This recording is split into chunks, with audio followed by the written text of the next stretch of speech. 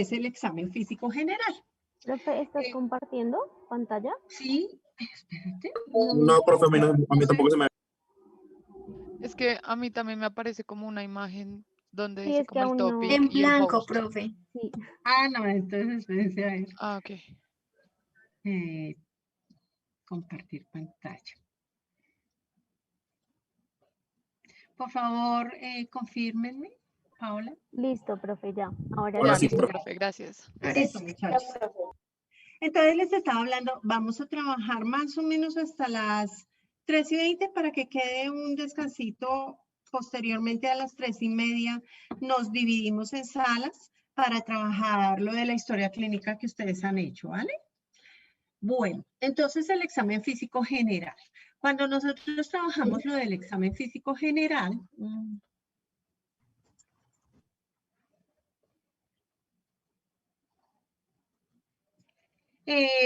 vamos a trabajar pues la preparación, el examen en sí y algunos elementos adicionales que de pronto es bueno que ustedes conozcan y tengan en cuenta. En cuanto a la preparación, pues vamos a mirar lo del ambiente físico, los elementos que necesitamos y todo lo referente a la seguridad del paciente y a la bioseguridad del equipo. En el examen general, pues estos elementos que están aquí, la comunicación, las técnicas de exploración, porque hacemos una evaluación cefalocaudal y la secuencia de la exploración. Y los elementos adicionales como exploraciones especiales que hagamos o recomendaciones y recomendaciones finales. Bueno, en cuanto a la preparación previa, entonces es importante tener un ambiente físico adecuado, apropiado. Entonces, por ejemplo, ustedes aquí, ¿qué pueden observar? ¿Qué ven así que les llame la atención? Consultorio limpio. Está limpio, ordenado. De pronto ya no se utilizan ese tipo de cortinas como las que hay ahí, porque son difíciles de limpiar, de lavar. Entonces, eso puede acumular patógenos, ¿no? Entonces, generalmente los consultorios ya no tienen ese tipo de cortinas, tienen otros elementos que son de más fácil limpieza y que no van a permitir ser fuentes de transmisión de alguna enfermedad. También encuentran aquí, por ejemplo, que la parte donde se va a sentar el médico y donde va a hacer la consulta está muy cerquita a la parte donde se evalúa el paciente. Actualmente se establece que debe haber una división entre los dos ambientes y aquí generalmente hay un biombo o una pequeña separación entre la parte donde hace uno la anamnesis, el interrogatorio, y donde ya pasa a hacer el examen físico. También... Donde dime. se leen las radiografías, doctora. Es que no me acuerdo cómo es que se llama, pero ya no. Negatoscopio. Eso ya no se usa. Exacto, hay un negatoscopio, muchos consultorios tienen todavía negatoscopio, aunque pues por el avance de la tecnología ahora muchas de las radiografías tienden a ser digitales. Entonces aquí faltaría el computador, ¿no es cierto? Sería, digamos, que lo que falta acá porque digamos que esto es probablemente una foto antigua. Tenemos una camilla. Ya no se usan casi las sábanas de tela, se usan sábanas de papel o sábanas de elementos desechables de un solo uso.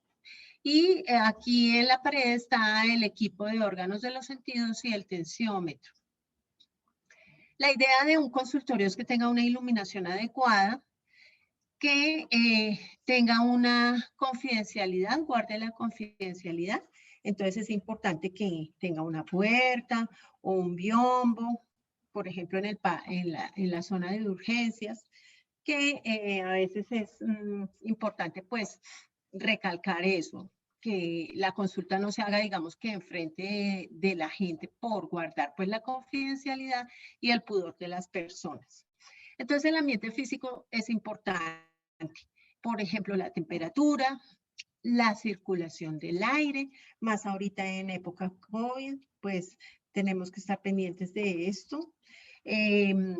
Los consultorios deben tener un lavamanos para que los médicos se tengan que estar lavando las manos. Eso es una de las normas de bioseguridad iniciales. Entonces, ¿cada cuánto nos debemos lavar las manos? ¿Quién sabe? ¿A 3 horas, más o menos? Bueno, eso es la gente común. Normal, ajá. ¿De cada paciente? Cada que se examina un Ah, paciente. bueno, sí. Exactamente. Antes Entonces, de cuando... tocar y Antes de después tener del contacto con el paciente. paciente y después de tener Después de contacto con tener el contacto. paciente. Exacto. Entonces, hay 5 momentos claves en los cuales uno se debe lavar las manos, ¿no? Van a buscar en la página de la OMS cuáles son esos 5 momentos claves. Entonces, básicamente son cuando está uno en contacto, antes de estar en contacto con el paciente, después de estar en contacto con el paciente, antes de estar en el entorno del paciente, después de estar en el entorno del paciente y cuando se hagan procedimientos. Básicamente son esos momentos. Entonces, cuando uno ve 15 pacientes diarios, entonces, ¿cuántas veces se tendría que estar lavando las manos? Mínimo. 16. Pues 15. 30. Exactamente, más o menos 16. Pero pues a veces el lavarse las manos tan frecuentemente por los tiempos de consulta no es tan fácil, o por el acceso a los elementos de limpieza de manos, por ejemplo. Entonces ahí se puede alternar a veces con el uso de el alcohol glicerinado o el gel de antisepsia. Otros elementos de bioseguridad, pues que ahora debemos utilizar, ustedes ya saben, tenemos que utilizar el tapabocas. En el caso de ir al laboratorio de simulación clínica, pues no es necesario el N95, pero sí es importante utilizar el tapabocas en este momento. La careta, pues en el ambiente de simulación la utilizamos. A veces a los médicos les dan gafas, monogafas o gafas para colocar encima de sus gafas de fórmula que pueden ayudar a prevenir la presencia de aerosoles en la conjuntiva. Pero digamos que si no hubiera COVID, probablemente no los estaríamos utilizando. También es importante tener a mano los equipos y los elementos que vamos a utilizar. Es decir, por ejemplo, si yo voy a hacer un examen físico y me doy cuenta que voy a hacer otoscopia y mi equipo de órganos no tiene pilas, entonces pues ahí fallé, porque no previne eso. Entonces toca estar previniendo esa parte.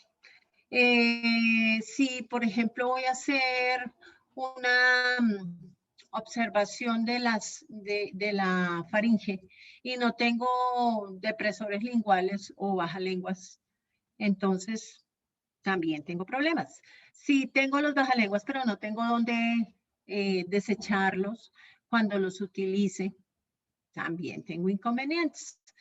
Entonces, todo eso es parte de tener los elementos que uno necesita y los equipos. Los equipos pues deben estar sometiéndose a una limpieza y a una desinfección de acuerdo pues al material del que estén hechos.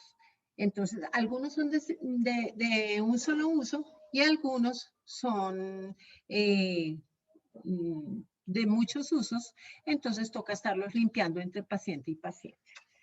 Otra cosa importante del consultorio, del área de consulta, es brindarle tanto al trabajador como al paciente, o sea, al personal de salud como al paciente, una comodidad física y emocional. Entonces, por ejemplo, yo peleaba mucho porque yo trabajaba en un consultorio de universidad y a mi auxiliar le encantaba la música vallenata, y entonces ponía vallenatos como si fuera una discoteca.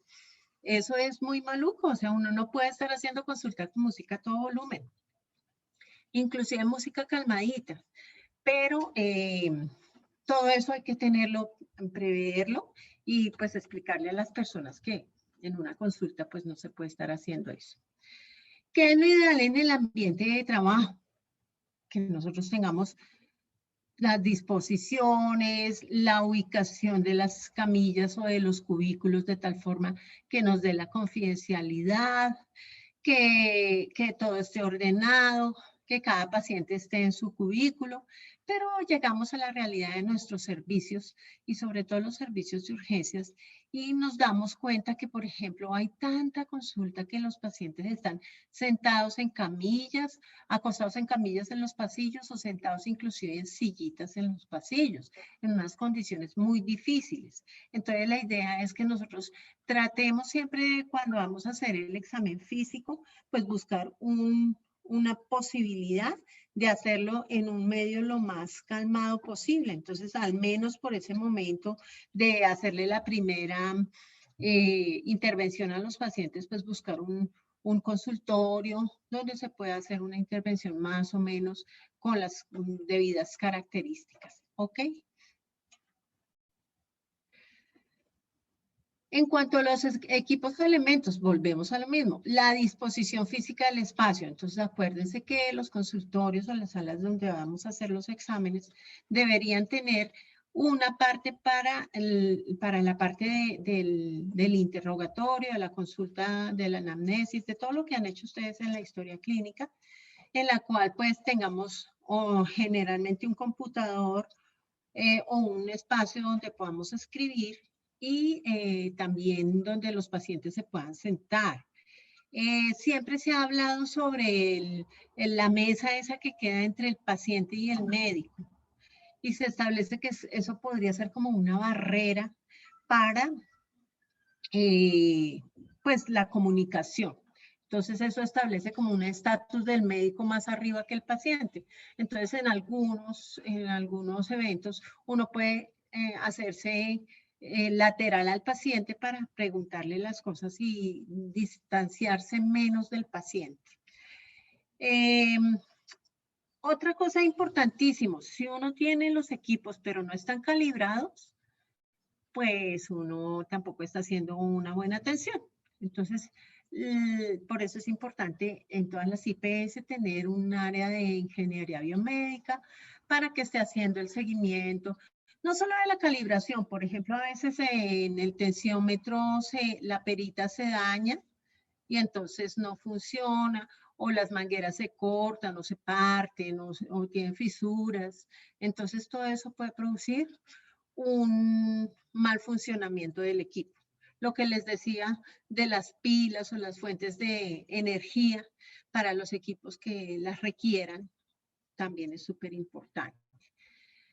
La cantidad y la calidad de los insumos. Entonces, no hay cosa más incómoda que trabajar con las uñas, como decimos nosotros, pero tampoco podemos empezar a desechar y desechar elementos. Entonces, a veces, por ejemplo, en la evaluación de la parte de la orofaringe, no es necesario ni siquiera usar un bajalenguas porque los pacientes tienen muy buena habilidad para abrir la boca y son calmados, pero también hay pacientes que son difíciles o no entienden las necesidades que tiene uno de evaluarlos, entonces a esos pacientes sí de pronto se requiere hacer el uso de los depresores linguales, por ejemplo.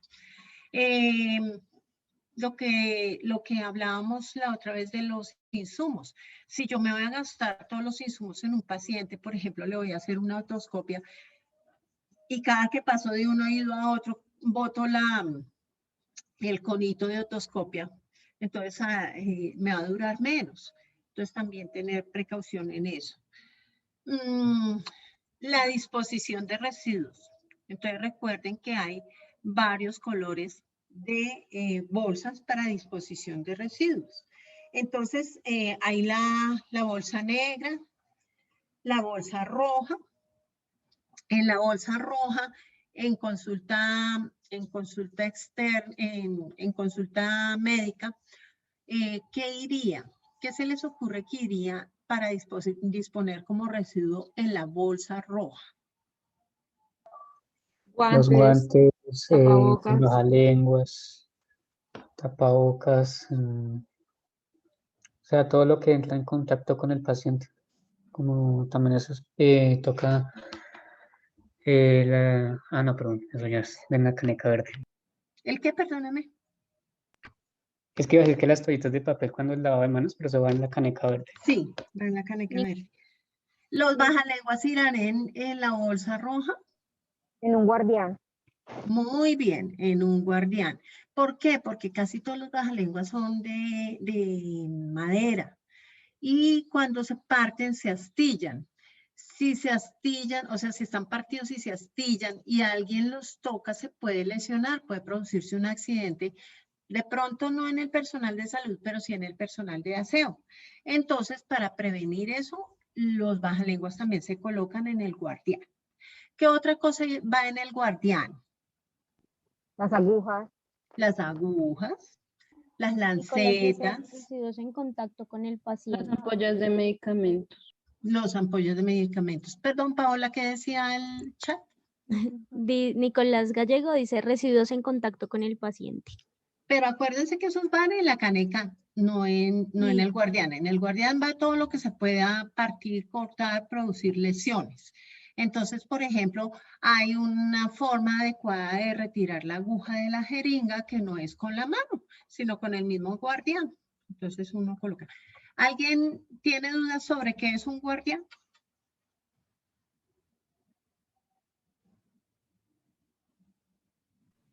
John Gutiérrez también dice escobillones. Sí, todo lo que son los escobillones, todo lo que pueda producir una lesión. Entonces el guardián Profe, es yo tengo una pregunta. Dime. Profe, en los guardianes también van las jeringas que son de pacientes positivos de alguna enfermedad de transmisión. ¿O eso va en guardián aparte? Las agujas de esas jeringas. Acuérdense que las agujas de las jeringas es lo que va en el guardián.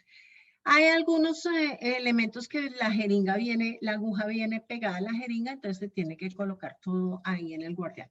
Pero si son de poder retirar, entonces se bota la aguja en el guardián y el cuerpo de la jeringa se coloca en la caneca, en la bolsa roja, ¿vale? Profe, pero Profe, yo tengo otra también hay pregunta. un guión especial para jeringas, ejemplo, que vienen prellenadas y que no se pueden quitar la aguja, sino tiene que eliminarse la jeringa completa como las de la heparina. Sí, eso es lo que te digo. Profe, yo tengo otra pregunta, qué pena. Dime. ¿En las agujas se guardan con el capuchón o solamente la aguja? A las agujas por seguridad no se les vuelve a poner el capuchón. Cuando ustedes utilizan una aguja no le vuelven a colocar el capuchón. Entonces la aguja se bota sola. Y el capuchón, que es plástico, ¿dónde iría? En la verde. En la verde. Roja. No. Verde, perdón. Depende, porque si tú no tienes nuevamente contacto con el paciente, entonces se podría inclusive llevar. Porque el capuchón es trabajo limpio, ¿cierto, doctora? Exactamente. Porque usted no ha tenido contacto con ninguna secreción del paciente. Exacto. Inclusive Ok, se gracias. podría reciclar de acuerdo al procedimiento que tengan en bioseguridad. ¿Listo? Entonces, hay que tener en cuenta esa parte. No todo lo botamos en la roja porque el costo de procesar todo lo que va en la bolsa roja es mucho más alto, todos los biológicos es mucho más alto que la de la verde, por ejemplo. Entonces, por ejemplo, esos capuchones aumentan el costo de la roja, pero no tiene razón de ser utilizar ese insumo, entonces lo usamos en la otra. Y si tenemos un buen sistema de reciclaje, lo podríamos reciclar, ¿no? Entonces es así. Si el paciente vomita, si el paciente tiene una sonda y está drenando, ¿en dónde van esos desechos? Los residuos. En la roja. En la roja. Sí, señores, en la roja, en la roja. Listo, muchachos. Las normas de bioseguridad. Entonces, una de las normas de bioseguridad, ya hablamos, es el aseo de manos. Otra norma es el uso de los elementos de protección personal que se requieran de acuerdo al factor de exposición. Entonces, si estamos en el área hospitalaria de atención directa a personas, pues en este momento toca usar el protector respiratorio N95, que quiere decir que nos protege el 95% del el paso de una u otra vía de patógenos. También en las normas de bioseguridad, la limpieza de los equipos, no comer en las áreas donde hacemos atención a pacientes, ni beber ni fumar. Todo eso también es normas de bioseguridad. Y lo de separar las tareas, como ustedes habían hablado. Entonces, las tareas que son, por ejemplo, de manejo de curaciones, cambios de catéteres, de sondas, esas tareas son de una forma.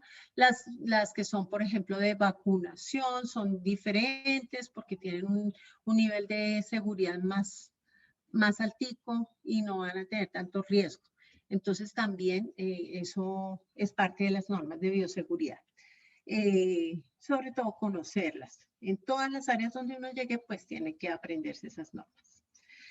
La comodidad del paciente. Entonces, el paciente debe estar cómodo y una de las cosas es, por ejemplo, que uno sea respetuoso por ellos. Entonces, les permita expresarse, no los esté cortando. Hay algunos estudios que dicen que el médico cuando está haciendo la consulta a un paciente, cada 5 segundos lo está interrumpiendo, pero no lo dejan expresarse. Y a veces los pacientes se sienten intimidados porque no se les permite expresar todo lo que están sintiendo. Una cosa importante cuando ustedes tienen pacientes que repiten la atención con ustedes es decirles, mire, cuando vengan a consulta, antes de venir a consulta, anoten en un cuaderno, en un papelito, lo que está molestándoles, lo que más los hace venir a consulta, para que me lo cuenten, porque a veces ellos llegan ahí y del estrés se les olvida todo. Como cuando a uno le preguntan en el examen y a uno se le olvida todo, igual les pasa a los pacientes. Entonces, es importante que nosotros le enseñemos esas técnicas al paciente para optimizar el tiempo por un lado y para que el paciente se vaya con su necesidad satisfecha por otro lado. Ya hablé de la intimidad, o sea, de que lo que los pacientes nos dicen, acuérdense que por el Código de Ética Médica no se lo podemos revelar a nadie, excepto pues cuando los pacientes son menores de edad y vienen con el familiar, que en el caso de los adolescentes es un poquito incómodo a veces ciertas cosas porque la mamá contesta por ellos. Entonces, digamos que siempre tratar de respetar la intimidad del paciente y el pudor. En cuanto al pudor, pues la mejor forma de evaluar a un paciente es sin la ropa puesta. Y en ese caso, pues les debemos ofrecer una bata para que se coloquen. Depende de la molestia o del tipo de examen que vamos a hacer, la bata va colocada hacia adelante o hacia atrás. Pero sí es bueno, pues, permitirles mantener la ropa interior, ¿no? Explicarle al paciente todo lo que le vamos a hacer y pedirle permiso. Entonces, no cogerle el brazo y de una vez irle tomando la tensión al pulso, sino explicarle qué le vamos a hacer. Una cosa aquí que se me olvidaba, en la consulta cuando el paciente llegue, ya no le podemos dar la mano, pero nos vamos a presentar con él. Entonces le vamos a decir muy buenos días, muy buenas tardes, mi nombre es tal y yo soy el médico o la médica que lo va a atender hoy. Y ellos entonces pues ya lo conocen. Y ahí empieza uno a preguntarles cómo es su nombre. Y uno revisa si el nombre del paciente está acorde con el nombre que aparece en la historia clínica. Ahí revisa uno si realmente va a anotar las cosas en la historia clínica del paciente. Cuando nosotros le vamos, por ejemplo, a hacer una evaluación como la evaluación de abdomen, pues generalmente la hacemos con el paciente en decúbito. acostado. Entonces le vamos a decir, por favor, recuéstese con la cabeza para tal lado y le voy a descubrir el estómago para revisárselo. Entonces todo, irle contando al paciente todo lo que le vamos a hacer es súper importante. Hay cosas que a veces duelen, que a veces son dolorosas, evaluaciones que pueden llegar a ser dolorosas, caso en el cual le debemos contar al paciente que de pronto le puede llegar a molestar o que nos avise y le tenemos que decir qué nos tiene que avisar. Entonces, por ejemplo, que nos avise si lo que siente al lado derecho es igual a lo que siente al lado izquierdo en el examen neurológico, por ejemplo, o que nos avise en qué zona le duele o qué maniobra le duele. También evitar expresiones en la cara de uno que a veces demuestran que a uno le da molestia o asco. Por ejemplo, hay pacientes que a veces no llegan oliendo muy bien y pues eso es incómodo. Ahora pues el tapabocas nos evita esas expresiones faciales y no hay problema, pero a veces sí, cuando no tenemos el tapabocas, a veces hacemos unas caras que el paciente pues se siente incómodo, ya sea porque huela mal o porque uno ve que la situación como que está muy grave, entonces uno abre los ojos y el paciente se asusta, sí, cosas de ese estilo. Entonces no es tener, es tratar de aprender a manejar las expresiones faciales que nosotros tenemos. También es importante la comodidad del examinador. Yo les hablaba a los que fueron a laboratorio de simulación. ¿Esta es la sopa? ¿Alguien se le prendió por allá el micrófono? Apaguen sus micrófonos, por favor. Entonces, la comodidad del examinador. Alguien estaba tomando la atención y le dije, mira, si tú vas a tomar 30 atenciones así, acabas con la espalda lesionada. Y eso es importante, que nosotros aprendamos a ubicarnos de acuerdo a dónde está el paciente para que no vayamos a tener problemas de dolor de espalda, de fatiga muscular, de tortícolis o dolores a nivel del cuello, y eso pues nos puede generar un problema de salud a nosotros. Si el paciente es muy alto, de pronto manejarlo sentado en una silla en lugar de la camilla, o si le vamos a evaluar el cuello, entonces también de pronto en la silla le evaluamos mejor. Todas esas cositas de comodidad son importantes para tener en cuenta. ¿Cuáles son las técnicas del examen físico general? Pues nosotros hablamos de 4 técnicas, que son la inspección, la palpación, la percusión y la auscultación. Digamos que son 4 formas como utilizamos nuestros sentidos para evaluar un paciente clínicamente. En cuanto a la inspección, ¿qué es? Es básicamente la observación visual, es mirar. Entonces vamos a evaluar, vamos a mirar cómo está el paciente, la coloración, si tiene simetría, si tiene alguna masa, si tiene algún sangrado, si tiene algo que se vea, que sea visualmente llamativo de nosotros. Los colores, formas, si tiene coloraciones específicas de la piel, nevus, máculas, si tiene de pronto signos de trauma como escoriaciones o úlceras, todo eso se inspecciona. Posterior a la inspección viene la palpación. Entonces, para la palpación generalmente utilizamos las yemas de nuestros dedos. La palpación entonces se puede hacer también con las manos completas, con las palmas, y es la forma como nosotros verificamos la geografía del cuerpo de nuestro paciente. Entonces vamos con palpación a verificar si hay alguna alteración de la conformación de una estructura, básicamente. Posteriormente va la percusión. En la percusión es como si alguno de ustedes es músico, entonces hay elementos, hay instrumentos músicos de percusión, a los cuales uno que hace le golpea, ¿no? Con alguna parte del cuerpo. La percusión en medicina, entonces se basa en utilizar los dedos de las manos.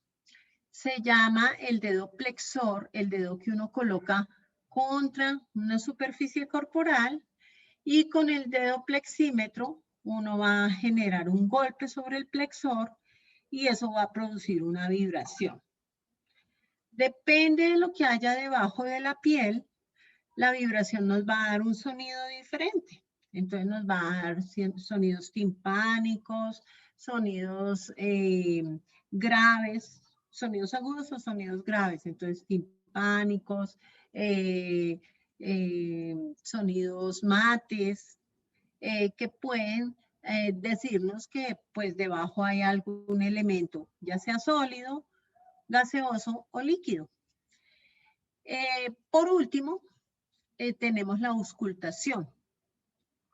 En la auscultación generalmente usamos el diafragma o la campana de nuestro fonendoscopio. Entonces la auscultación, ¿para qué sirve? Para escuchar sobre todo el corazón, los ruidos respiratorios y los ruidos abdominales producidos por las vísceras huecas, generalmente por los intestinos. Entonces auscultamos y generalmente la técnica del examen físico va así en ese orden: inspección, palpación, percusión y auscultación, excepto en una zona del cuerpo. ¿Alguien sabe qué zona es esa y por qué se hace diferente? ¿Una qué, profe? Hay una zona del cuerpo en la cual no se hace el examen físico en este orden estricto, sino diferente. ¿Saben en cuál zona es?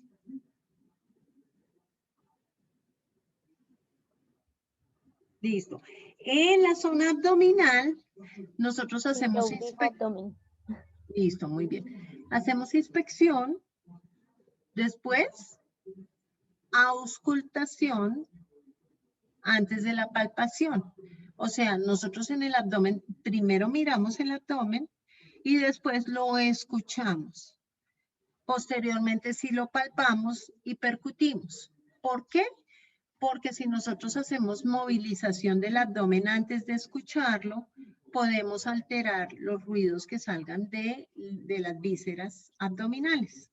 Entonces estaríamos... Profe, qué pena. ¿Será que puedes repetir el orden, por favor?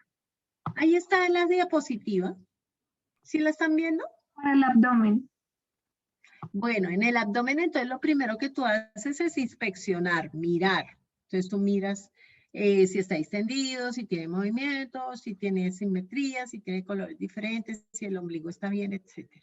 Después de la inspección va la auscultación, o sea, escuchamos.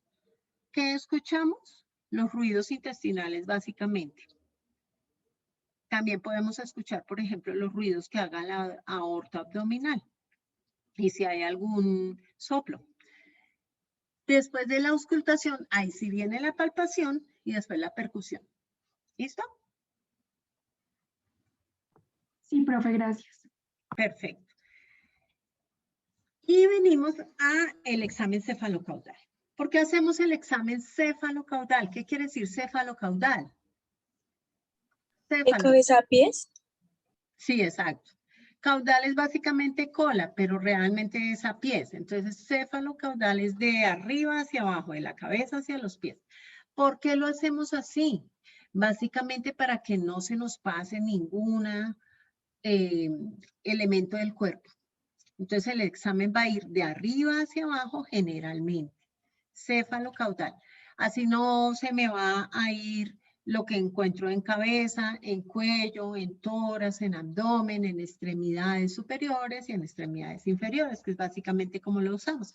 Acuérdense que el examen también debe ser por la parte anterior y por la parte posterior. Entonces, el examen físico cefalocaudal tiene varias partes, digamos, varios ítems. Por favor, apaguen los micrófonos. Entonces, está la impresión general, el hábito postural, el biotipo con textura, las facies, el estado mental o estado de conciencia, el estado nutricional y el estado de hidratación. Esas son las cosas que nos aseguran que estamos haciendo un buen examen físico. Vamos a hablar de cada una de ellas.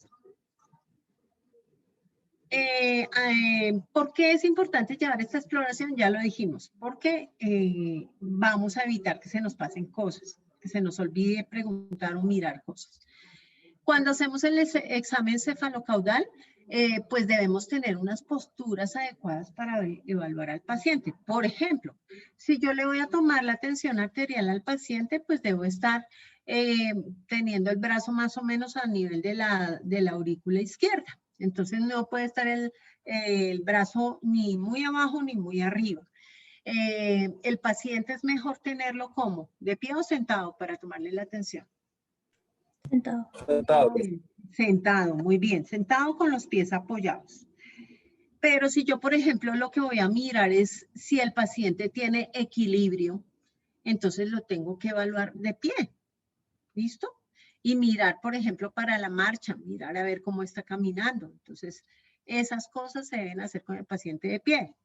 Si yo le voy a evaluar abdomen, pues lo debo estar haciendo con el paciente en decúbito supino. Si yo le voy a evaluar, por ejemplo, que hacíamos en el laboratorio, el pulso popliteo y no lo encuentro fácilmente, pues lo hago en decúbito prono del paciente. O si yo voy a evaluar, por ejemplo, la parte respiratoria, lo voy a hacer en posición sedente, sentado. Entonces, la idea es que yo guíe el examen de tal forma que no esté siéntese, párese, acuéstese, siéntese, párese, acuéstese, sino que todo lo que pueda hacer con el paciente sentado lo hago. Y después acuesto al paciente para hacer lo que toca hacer con el paciente acostado. ¿Listo? Así entonces el paciente no tiene que estar cambiando de postura cada rato. Entonces debo estar yo pendiente de qué es lo que voy a evaluar en el paciente para poderlo hacer así. El examen se hace con ropa o sin ropa. Cuando ustedes van al médico, ¿los evalúan con ropa o sin ropa? Con ropa. Profe, depende del motivo de consulta, ¿no? Solo con la ropa interior. Exacto. Entonces, lo que tú dices depende del motivo de consulta, no es el deber ser. El deber ser es evaluar al paciente, como dice tu compañera, con ropa interior. Con ropa interior y con una batica. Eso es el deber ser. Pero pues obviamente dentro de nuestros servicios caben las consultas de 5 minutos. Entonces a veces no es tan fácil hacerlo, pero yo sí les sugiero que sobre todo cuando ustedes estén empezando su práctica, siempre hagan la consulta del paciente observando la piel del paciente, mirando al paciente, entonces en ropita interior. Hay que proteger el pudor y la intimidad del paciente, entonces pues generalmente tratar de que no lo interrumpan a uno en la consulta. Ojo también con el evaluar a los pacientes y sobre todo las pacientes adolescentes porque pues se puede prestar a malos entendidos. Entonces siempre con una persona, ya sea el responsable con el paciente si es menor de edad o una persona de confianza, ya sea del paciente o una persona del equipo médico como un auxiliar de enfermería. Así no se tienden a presentar malos entendidos de que el médico, sobre todo les pasa a nuestros colegas, que el doctor tocó la niña o que miró a la niña mal o que no sé, o que tuvo conductas inapropiadas con el niño o la niña. Porque pues puede presentarse y se ha presentado. De hecho, pues a mí me ha pasado que algunos compañeros míos han sido cuestionados por eso, inclusive con demandas. Entonces siempre protéjanse ustedes mismos, ¿vale? En cuanto a la evaluación general, entonces, ¿qué tenemos? Tenemos la impresión general que tenemos del paciente. ¿Cómo es su presentación personal? ¿Está adecuadamente vestido? vemos algo raro, el vestuario es importantísimo porque, por ejemplo, hay pacientes que tienen rasgos que se llaman histriónicos, en los cuales son muy llamativos. Entonces son pacientes, por ejemplo, si son mujeres muy maquilladas o que usan colores exagerados, o sea que se le sale uno como del común de lo que uno está viendo siempre y vemos personas muy llamativas. Entonces eso puede hacer pensar en que de pronto tiene algo de rasgos de histrionismo y eso también puede estar asociado a que, por ejemplo, magnifiquen un poquito los síntomas o que esté relacionado también inclusive con trastornos de tipo mental. También el paciente que, por ejemplo, llega desaliñado o sucio, entonces tenemos que mirar cuál es la condición que lo llevó a llegar ahí. Por ejemplo, si el paciente tiene limitaciones físicas para poderse arreglar, para poderse peinar o para poderse vestir, en casos como los de artritis reumatoidea o enfermedades reumatoideas, enfermedades de las articulaciones, puede presentarse eso. También en los pacientes que tienen poca relación con su medio externo. Entonces, si están, por ejemplo, alucinando o en episodios maníacos, también pueden tener ciertas alteraciones de sus características de vestuario. La higiene personal, entonces lo mismo. Si el paciente puede o no realizar su higiene personal, también el estrato donde viva la gente y las condiciones de salud. A veces uno quisiera que todos los pacientes llegaran muy limpiecitos y todo, pero cuando uno se pone a evaluar la situación de esas personas, son personas que, por ejemplo, y se da mucho en el ambiente rural, no tienen la disponibilidad de agua en su domicilio.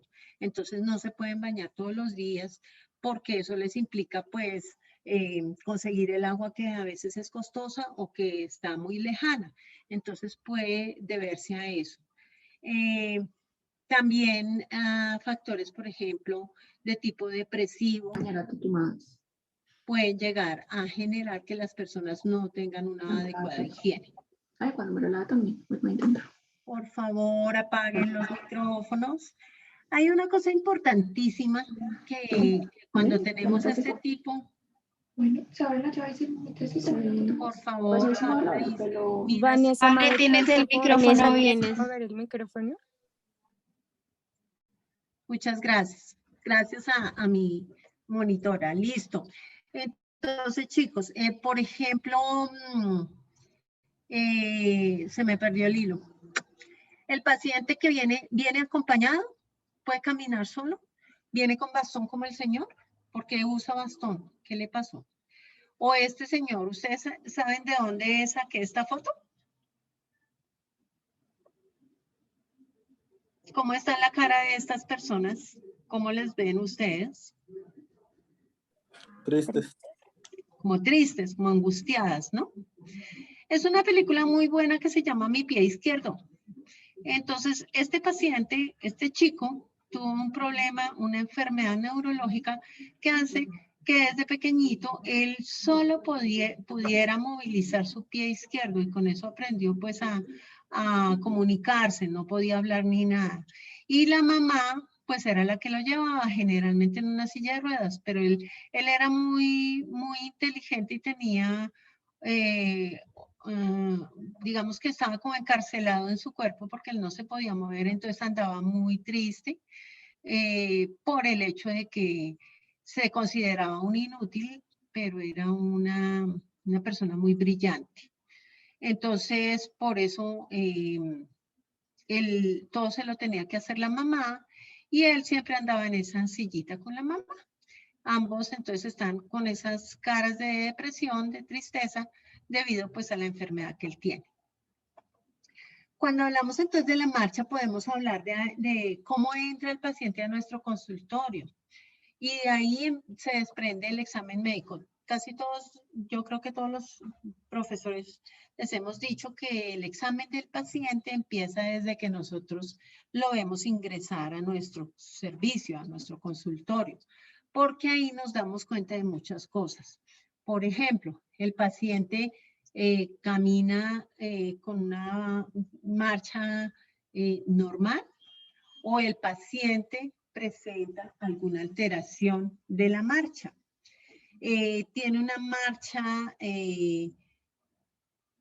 que se llama antálgica, o sea que está como ladeado hacia un lado por dolor, o tiene que utilizar silla de ruedas, bastón, muletas. En las marchas, por ejemplo, que lo vamos a ver también en neurología, hay marchas como la del Parkinson que parecen robots, entonces para ellos es difícil empezar la marcha y detener la marcha. Todo eso ya nos va diciendo, también los movimientos asociados de los brazos en la marcha, nos va diciendo si de pronto puede llegar a haber algún problema de salud en ellos. La actividad motora. Entonces, por ejemplo, el paciente está sentado enfrente de nosotros y se le empiezan a mover las manos, tiene temblor, o tiene tics, o está muy quieto, o su cara no manifiesta ninguna emoción. Todo eso nos va dando detalles de cómo está el paciente. El olor personal, ¿qué quiere decir eso? Hay algunas enfermedades que están relacionadas con alteraciones del olor de las personas. Por ejemplo, las personas que tienen problemas a nivel renal, ellos empiezan pues a acumular ciertos elementos en su sangre que hace que huelan a urea, que huelan como a orina. Entonces, se presenta ese olor en ellos. Los pacientes diabéticos pueden sentirse un olor que se llama almendras dulces. Entonces también nos dan una orientación a que de pronto tiene otro tipo de patologías.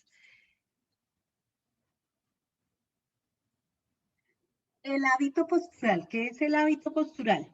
Básicamente la postura o hábito postural es la relación que hay entre los diferentes segmentos corporales. También lo pueden encontrar como la actitud postural. Entonces, esa relación entre los diferentes componentes del cuerpo, cuando es normal, o sea, cuando ustedes ven a una persona que está parada y tiene una postura que llamamos buena o normal, decimos que tiene una actitud compuesta. ¿Listo? Entonces, el hábito corporal o hábito postural o actitud postural compuesta es cuando la persona está parada, derecha, con sus segmentos corporales adecuadamente ubicados. También puede tener una postura antálgica. ¿Y antálgica qué quiere decir, muchachos? De dolor. Se siente dolor. Dime. De dolor. Dolor es álgico, ¿no es cierto? Entonces este pedacito álgico es dolor y ant es como antagonista, entonces contra el dolor. Una postura antálgica es una postura que reduce el dolor en las personas.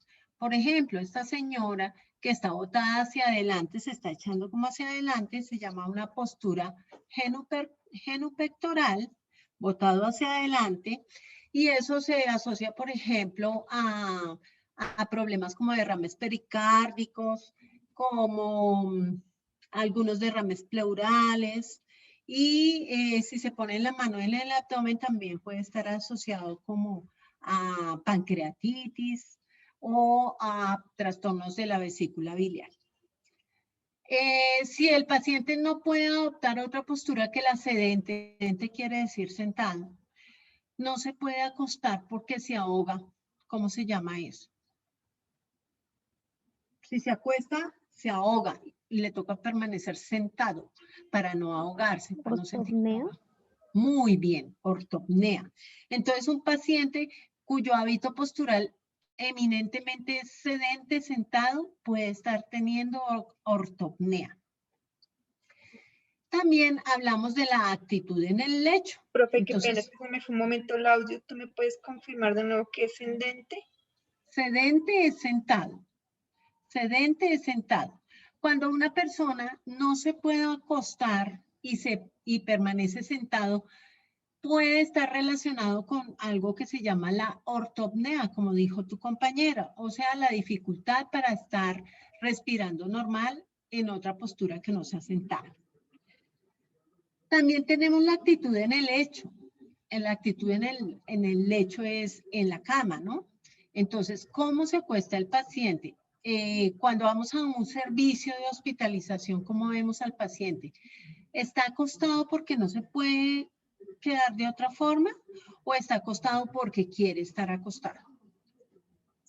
Entonces hablamos de que el paciente tiene un decúbito que puede ser porque él lo quiere adoptar o porque tenga que adoptar, que no lo pueda adoptar, perdón. Entonces, si el paciente lo puede adoptar, puede ser un decúbito activo o pasivo. ¿Qué es un decúbito pasivo? El decúbito pasivo es cuando es la única postura que sus fuerzas le permiten al paciente tener. Entonces, el paciente está acostado y está pasivo en esa postura acostado porque no tiene energía para estar en otra forma o no tiene la comunicación con el medio para estar en otra forma. Entonces, son, por ejemplo, los pacientes que están en coma. Entonces, su estado neurológico no permite que esté en comunicación con el medio, entonces no puede orientar su postura a que esté de otra forma, sino acostado. Caquexia, ¿qué es caquexia?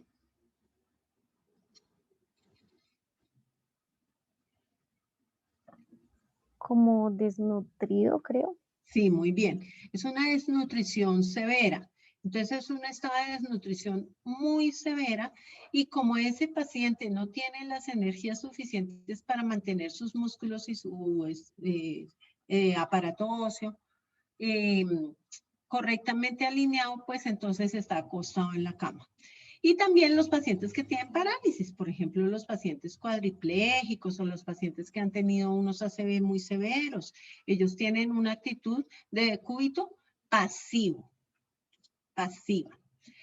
Pero la actitud de decúbito puede ser también activa.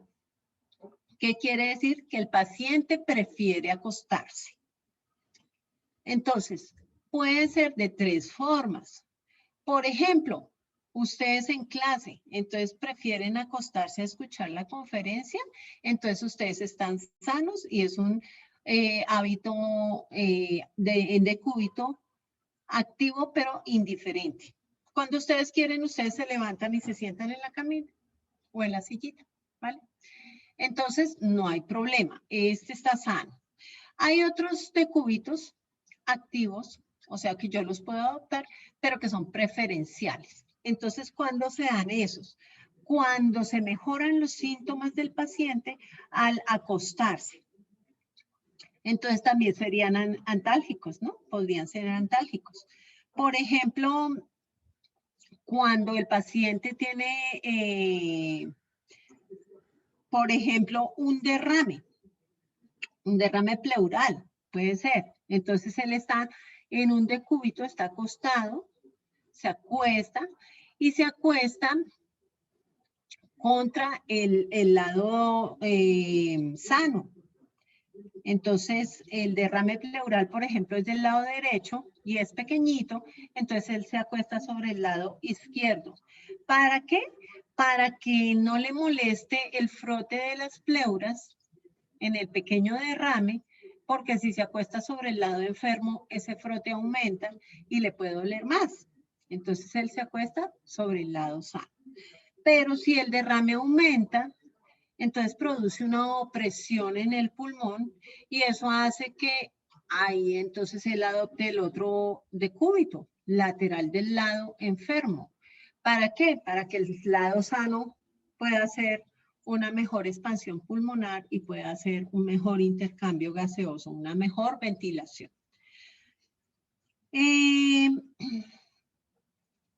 También ese hábito postural en decúbito activo puede ser obligado, por ejemplo, por dolor. si hay un dolor en la cadera, entonces, por ejemplo, el paciente se puede acostar contra el lado que no le duele. Si hay una parálisis y no se puede movilizar el hemicuerpo derecho, probablemente el paciente se va a acostar sobre ese lado porque puede movilizar las otras dos extremidades, entonces las va a dejar arriba para movilizarlas. Y también de acuerdo al dolor. Los decúbitos de este tipo pueden ser dorsal, ventral o lateral.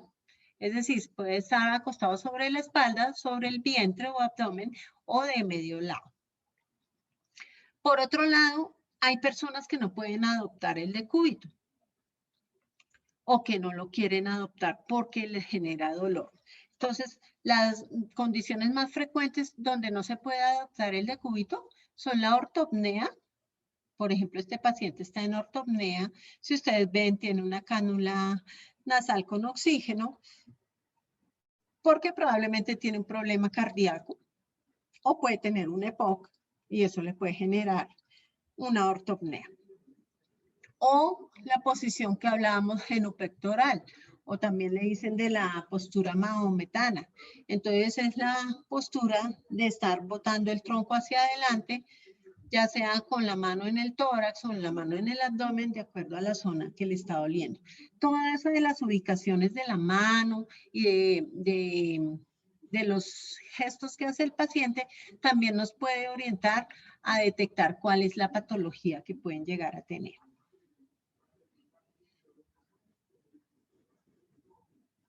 Listo. Posteriormente a ver la postura, ¿tienen alguna duda sobre postura? Parece que no, ¿no? Listo. Continuamos con la evaluación del examen del estado mental. ¿Qué es el estado mental? Entonces, básicamente, el estado mental tiene que ver con la conciencia. Y la conciencia es como la situación que tiene uno frente al medio de estar alerta. Y esta situación es dada en un momento y referida a todos los aspectos de la parte de relación con el medio. Entonces podemos hablar de conciencia de sí mismo cuando, por ejemplo, la persona sabe quién es, cómo se llama, dónde vive, esas cosas. O conciencia con el medio ambiente, cuando la persona, por ejemplo, sabe en dónde está, conoce a las personas que están a su alrededor. Y la evaluación del estado mental entonces se puede evaluar de dos formas, cuantitativa y cualitativa. ¿Qué es cuantitativa?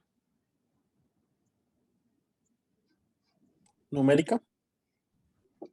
Sí, más o menos, es de cantidades, ¿no? Y cualitativa de cualidades, o sea, de contenidos. Entonces, si yo voy a evaluar el estado mental de forma cuantitativa, lo puedo hacer de varias maneras y una manera, digamos que rápida y fácil de hacerlo, es lo que se llama la escala de Glasgow. Esa escala de Glasgow me mide las respuestas que da un paciente cuando está en el medio. Las respuestas como la apertura de los ojos, la respuesta verbal y la respuesta motora. Eso tiene un puntaje. En apertura ocular va de hasta 4, en respuesta verbal va hasta 5 y en respuesta motora va hasta 6. Y entonces nos puede graduar la cantidad de conciencia, digamos, entre comillas, la cantidad de conciencia que tiene una persona entre 3, cuando cada uno de estos ítems marca 1 en apertura ocular, que sería que no tiene apertura ocular espontánea. 1 en respuesta verbal, o sea que no tiene ninguna respuesta verbal. Y 1 en respuesta motora, que no tiene ninguna respuesta motora. Eso nos acercaría a un estado que se llama el coma. Y si la apertura ocular es espontánea, como la tenemos todos nosotros, sin que nos estén diciendo, abran los ojos sí, abran los ojos, entonces es espontánea. Después, la respuesta verbal, si a nosotros nos preguntan qué día es hoy, nosotros podemos contestar hoy el lunes 15 de febrero. Entonces, nuestra respuesta verbal es acorde a lo que nos están preguntando, estamos orientados. Y la respuesta motora es que si me dicen levante el brazo, yo lo puedo levantar. Entonces, tengo 15 puntos. Eso quiere decir que mi estado de conciencia es de alerta. El estado de alerta puede variar hacia la obnubilación o somnolencia. Por ejemplo, hagan de cuenta las personas que han tomado licor y que ya están un poquito borrachitas, entonces se van quedando dormidos en la fiesta o en donde estén, pero si uno los toca o les dice, oiga, despiértese, abren los ojos y hacen caso y se pueden mover y más o menos están como medio orientados. Entonces, es el siguiente estado a la alerta. Después viene la que se llama estupor, cuando el paciente ya no responde a los estímulos que le hacemos, entonces no está respondiendo, por ejemplo, si lo llamamos, solo responde si le hacemos estímulos dolorosos. Entonces, un estímulo muy frecuentemente utilizado es poner los nudillos de los dedos en la parte del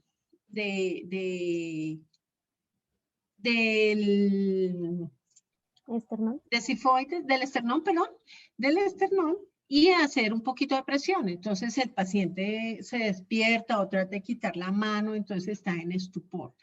Y el paciente en coma, pues que como no tiene respuesta a ningún estímulo, ni siquiera a los dolorosos, pues tiene una calificación de 3. Hay pacientes que permanecen en coma por mucho tiempo y llegan a una situación que se llama estado vegetativo, en el cual pues el paciente puede que haga una apertura ocular espontánea y puede tener algunos movimientos e incluso emitir algunos sonidos, pero no tiene conciencia de su relación con el medio, es decir, la parte mental de él no funciona. Entonces, ese es el llamado estado vegetativo.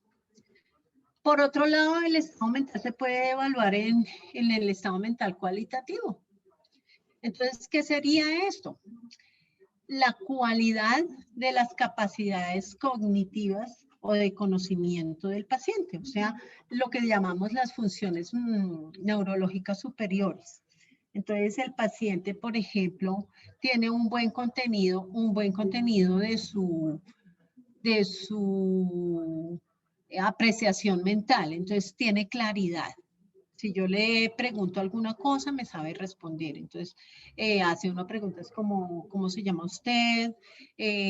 ¿Dónde estamos? ¿Con quién vino? ¿Quién es esa persona que está enfrente suyo?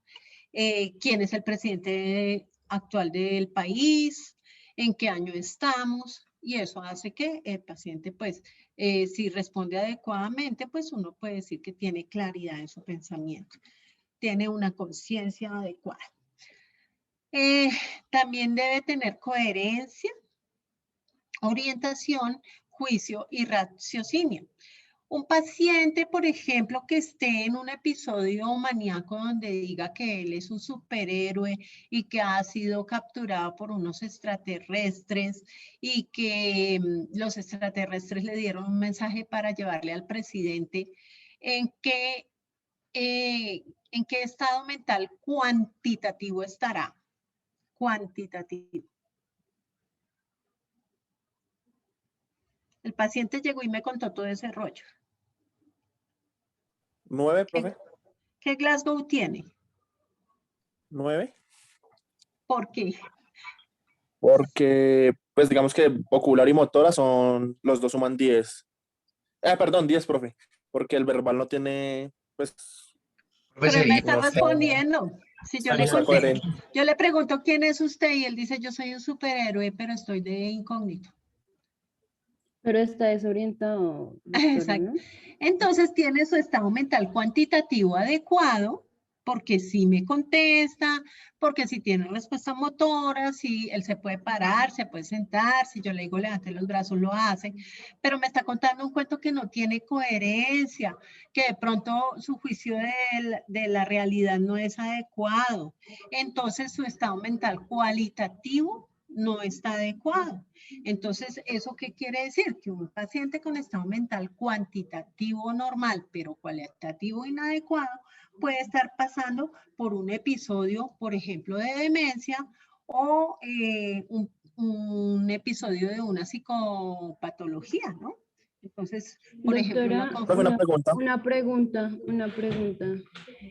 Bueno, y digamos, pues el paciente se encuentra desorientado y en la escala de coma de Glasgow, en la respuesta verbal hay un ítem donde dice palabras inapropiadas, desorientado, incoherente, no sé qué. Entonces, ahí ya bajaría la puntuación, ¿no?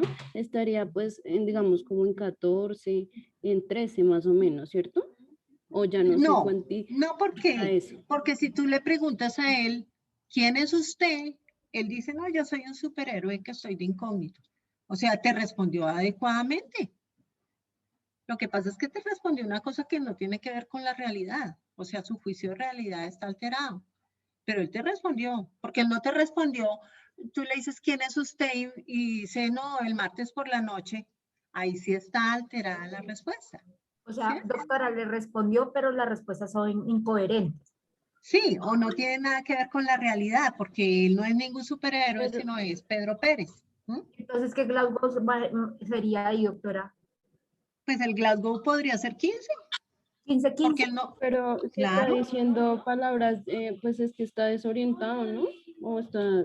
Sí, doctora, No, yo me confundo no, ahí porque... en la valoración neurológica, en la escala de Glasgow no podríamos poner 15 sobre 15 porque tiene alterado algo, porque está diciendo incoherencias. Exacto, está su estado. Entonces sí tiene respuesta verbal, pero no tiene coherencia en lo que está diciendo. Entonces no puede estar 15-15 porque no podemos, o pienso yo, doctora, que no podemos colocar que a mí me pregunten a mí, que yo diga sí, soy Amy Charry, a que le preguntemos al señor Pepito Pérez que él es un superhéroe. Entonces no podría ser 15-15 Amy Charry y 15-15 el señor Pepito Pérez, porque está hablando de incoherencias, así sea cosas irreales. Está contestando porque tiene una respuesta verbal, pero yo pensaría que debería tener alterado algo ahí, no podría claro, pero lo que tiene es el contenido de su pensamiento, ¿ok? El contenido de su pensamiento es el que está alterado. Entonces, esa es la parte cualitativa. Entonces, generalmente cuando ustedes se encuentran eso, que el paciente sí responde, sí les dice, digamos que una respuesta sí sea una respuesta que para ustedes es completamente irreal, entonces tiene un Glasgow adecuado, puede tener un Glasgow adecuado. Diferente a cuando, por ejemplo, ustedes le preguntan a una persona que ha tenido un trauma craneoencefálico, un trauma severo, ¿quién es usted? Y dice, no, yo no sé, yo no me acuerdo, es que como que no tengo claro qué me pasó, ni me acuerdo quién soy. ¿Listo? Profe. Entonces es diferente al delirio. Dime. Profe, aquí en la escala de Glasgow, en la escala de Glasgow dice que cuando la persona responde, o sea, tiene estímulo verbal adecuado, pero responde cosas incoherentes, la escala de Glasgow sería 4, porque la persona está confundida o en un mundo paralelo. Puede ser. Entonces, si está confundida es diferente a si tiene total conciencia de que es otra persona. ¿Listo? Eso lo van a Profe, ver más en ese orden de adelante. ideas. Es que digamos, doctora, qué pena, es que yo ahí estoy confundida. Lo que pasa es que en la manera cuantitativa ese paciente estaría desorientado y si le estamos valorando el estado de conciencia en la escala de coma de Glasgow, en lo que yo pues leí en fisiología y lo que yo he podido leer, sería que el paciente está desorientado o está diciendo incoherencias. Sí, señor. Entonces tendría un punto menos, o sea, sería 4 en la escala de coma de Glasgow verbal. Podría Entonces, ser, digamos, podría tendría ser. 14. No les estoy diciendo exactamente tiene que ser tal eso, pero sí podría ser. O sea, podrían ustedes anotarle 4 en escala de Glasgow y no 5. Entonces tiene 14 y no 15, por ejemplo. Y ustedes después van a evaluar la parte cualitativa. Dime. Profe, una pregunta, o sea, en ese orden de ideas, nosotros como médicos siempre debemos hacer una evaluación cualitativa y cuantitativa a todos los pacientes del estado mental. Deberíamos hacerla, sí. Por eso les estoy dando todo lo que debemos hacer. Obviamente cuando viene el paciente que ya lo llevamos tratando hace tiempo y ya lo conocemos, pues nos podemos dar cuenta si ha cambiado su estado mental. No tenemos que hacerle otra vez toda la evaluación, pero sí nos podemos dar cuenta si ha cambiado su estado mental. Por ejemplo, si el paciente no contesta rápido o nos contesta con duda, puede estar teniendo episodios de confusión. Entonces puede estar también con un Glasgow alterado. ¿Listo? Entonces esto no se puede evaluar independiente. Hay que evaluarlo, digamos que en conjunto. Entonces ustedes en conjunto van a mirar, bueno, este paciente realmente está confundido o es que está generando un proceso mental y realmente no está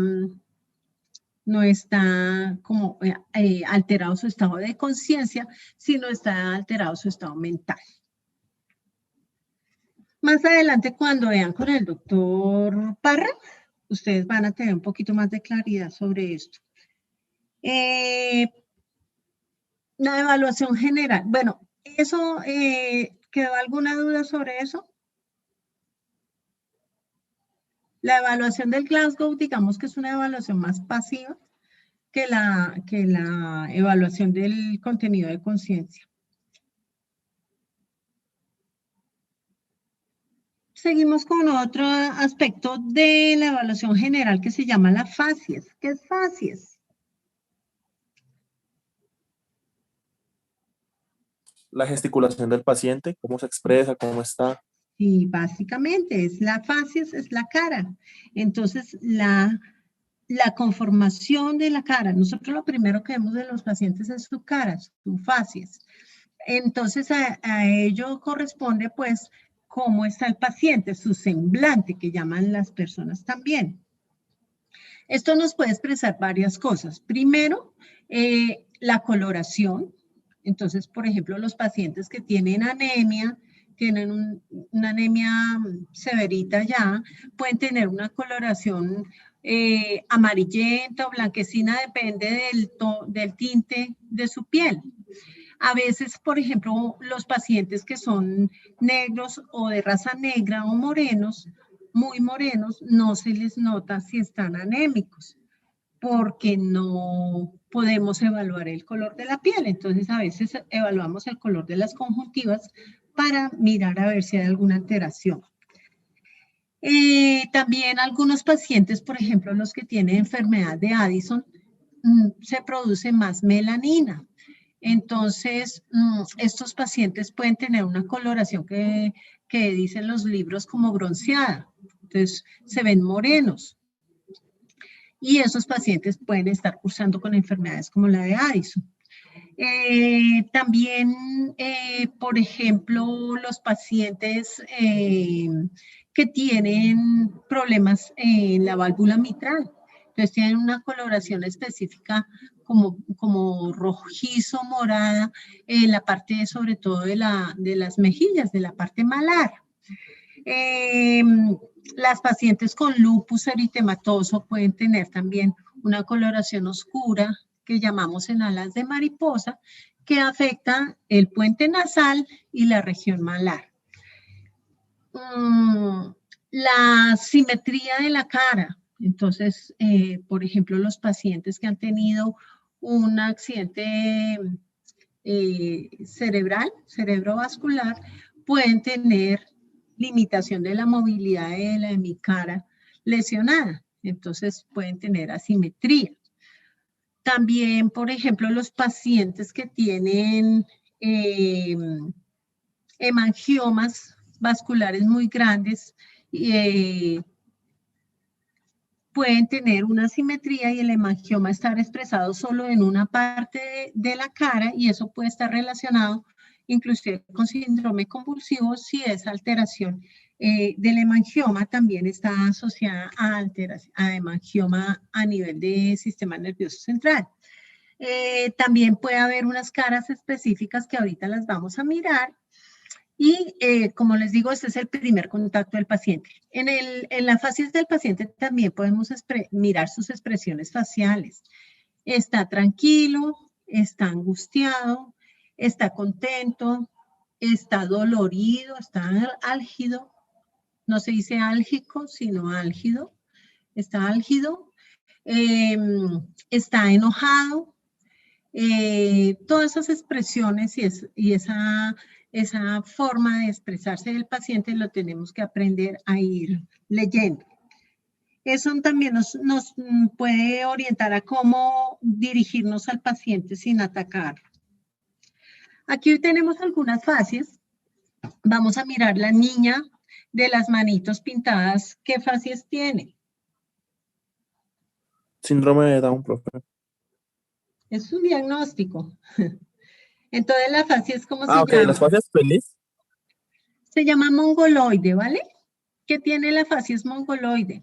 Que tiene el puente nasal poco deprimido y anchito. Tiene lo que se llama epicanto, o sea, en la parte de la parte interna del ojo, tiene como un plieguecito en el párpado superior. Tiene la implantación de las orejas un poco baja, no al nivel, si ustedes revisan sus orejas, están implantadas a nivel de la comisura palpebral, de la apertura ocular. Y en los niños con Down, con facies mongoloide, entonces puede estar más abajo. También a veces ellos tienen macroglosia, entonces andan con la boca abierta, parecido a este de abajo, con la boca abierta y la lengua un poquito salida. Uy, se nos acabó el tiempo. Esta parte de aquí, este niño tiene una facies que se llama adenoidea o adenoide. La carita tiene la nariz muy chiquita, probablemente aquí tiene un pliegue por estarse rascando la nariz.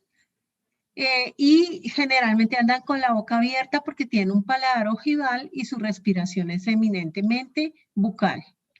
Este niño tiene una alteración. Profe, qué pena, ¿cómo es que se llama esa, la que acabas de explicar? Adenoide o adenoidea. Esta se llama la facies de Cruzón. Esto es una alteración del cierre de las cisuras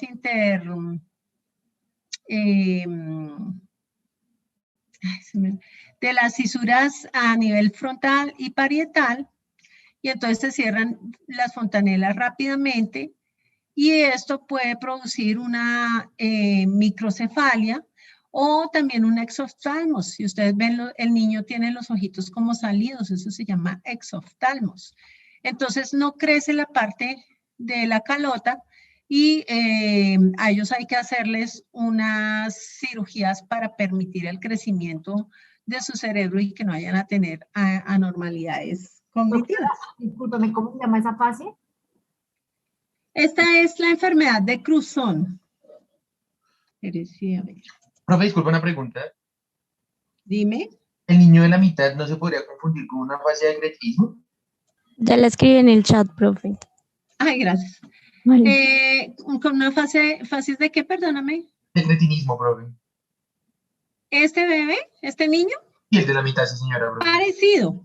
Ya miramos una fase de cretinismo, pero bueno, aparte de que el cretinismo se nota más, el paciente con la cara más redondita, no tiene la nariz así con pliegue, no tiene esta parte blanquecina en el centro de la cara, pero sí puede tener algún parecido. Vamos a continuar. Vale, profe, gracias. Me durmió esto.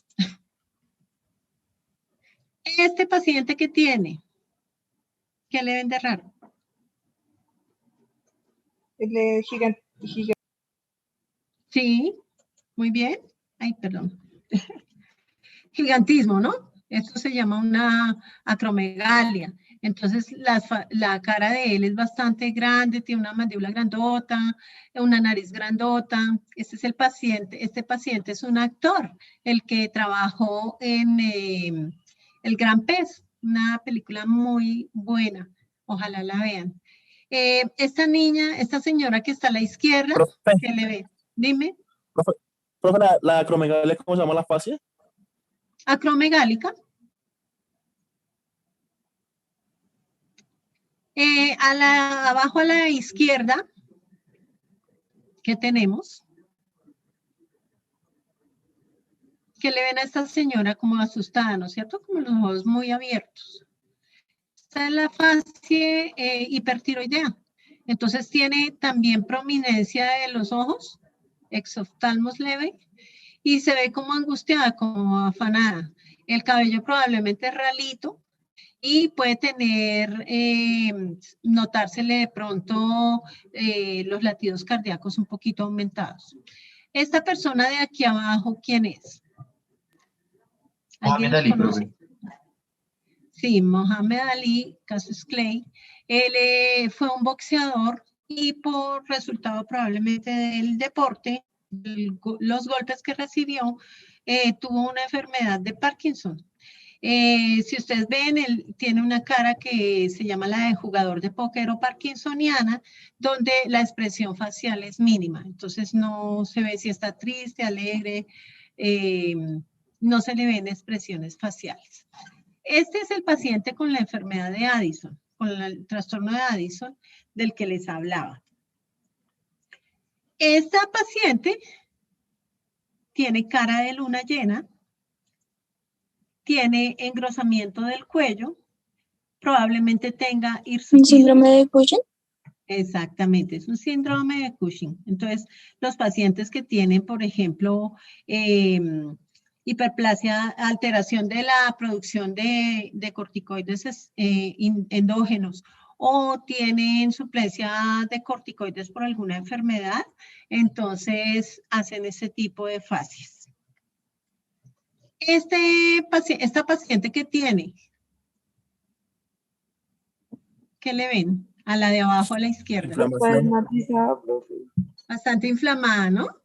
Entonces, esa paciente lo que tiene es una fascia edematosa. Probablemente esto sea un edema angioneurótico o sea una reacción alérgica a algún elemento. Entonces se le inflaman los labios, se le inflaman los ojos. Hay que tener mucha precaución con este tipo de pacientes porque hacen muy frecuentemente obstrucción de la vía aérea por inflamación. Este otro paciente, que es hasta una foto de Michelle Faisal de la Universidad Nacional, de un dermatólogo. ¿Qué tiene este paciente?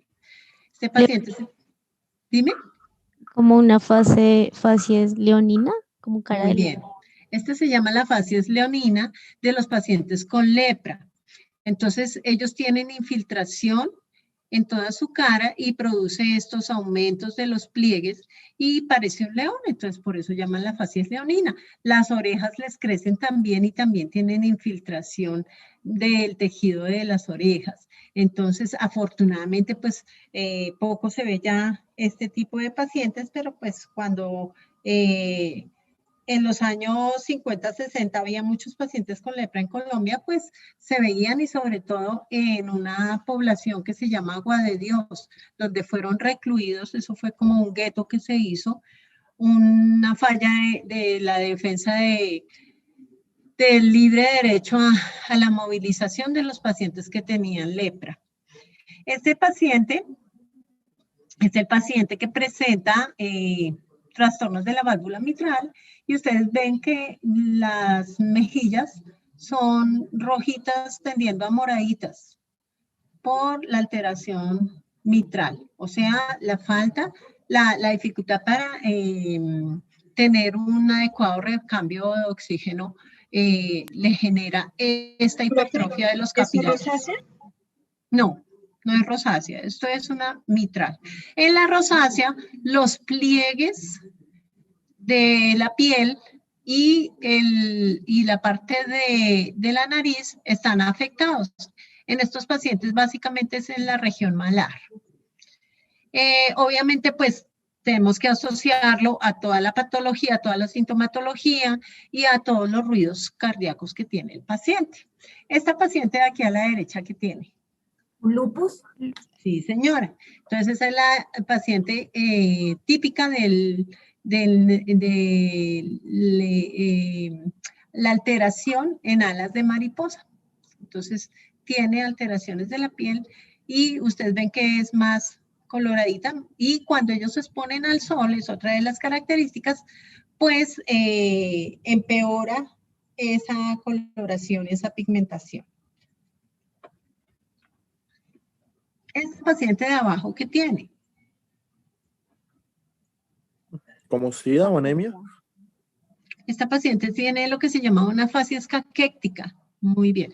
Entonces es una paciente bastante desnutrida, probablemente tiene una enfermedad como un cáncer, una enfermedad muy debilitante, y entonces aunque tenga una nutrición más o menos adecuada, pues ya no tiene soporte nutricional para mantenerlo, y tiene, pues se le notan mucho la parte ósea de su facies. Este paciente que tiene... Esta es la caquéctica.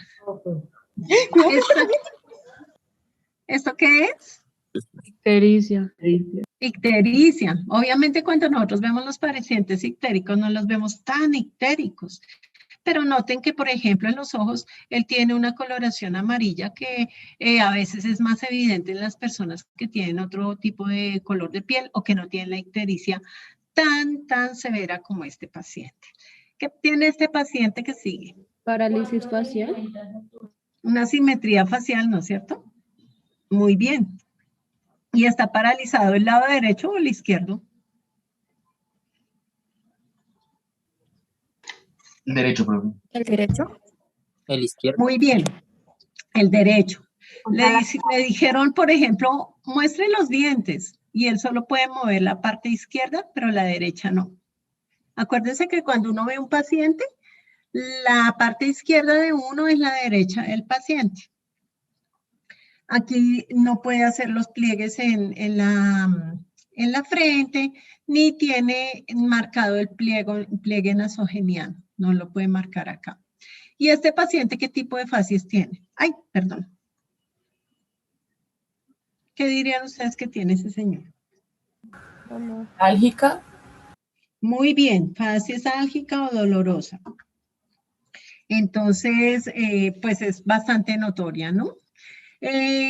Otras pacientes, esta paciente que tiene, esta es una paciente muy conocida. ¿Qué carita le ven a ella? ¿Cómo está su expresión facial? Dime. Depresión. Muy bien, como nostálgica o depresiva. Entonces esta es Virginia Woolf, una excelente escritora que se suicidó. Ella sufría de depresión. Esta persona tiene una característica que es el síndrome de Turner. Ella es una actriz. ¿Ustedes se acuerdan de Edna, el personaje de... Edna Moda. Edna Moda, de los, ¿cómo se llama? Increíbles. De los Increíbles. Ella es la actriz que, digamos, que tomaron de base, y ella también trabaja en algunas otras series. ¿Y qué tienen los pacientes de Turner? Que tienen baja estatura, generalmente no tienen trastorno cognitivo, tienen a veces lo que se llama un pliegue lateral en el cuello. Son infértiles generalmente. Es un trastorno genético habitual, pero no tan habitual. Sin embargo, ella se logró abrir camino como actriz. Esta paciente de aquí, al lado derecho de la moda, ¿qué tiene? En ojos de mapache, ¿no? Mapache. Perfecto. ¿Dónde vemos eso? En un traumatismo. Las fracturas. Exacto, Por la las fractura del vaso fracturas. de base de Exacto, de fosa media la parte posterior. generalmente. Sí, y entonces pues esos pacientes hacen esas congestiones perioculares llamadas los ojos de mapache. Muy bien. La paciente de abajo, ¿qué tiene? Tiene como sueño, ¿no? Esa es la que se llama la facies miasténica. La miastenia gravis es una enfermedad donde se va perdiendo la posibilidad de la contracción muscular, entonces los pacientes se levantan bien y poco a poco van teniendo fatiga, cansancio y van teniendo tosis palpebral, o sea, se les van cerrando los ojitos y esa es la típica facies de una persona miasténica. Y miren cómo es la del mixedema, la del hipotiroidismo. Entonces es parecida a la del niño, pero la cara es más redonda, ¿sí ves? Es más redonda y más congestionada. Bueno, muchachos, nos quedó un pedacito aquí por ver, pero creo que nos tenemos que ir a las salas porque ya tenemos que empezar la actividad de salas se me fue.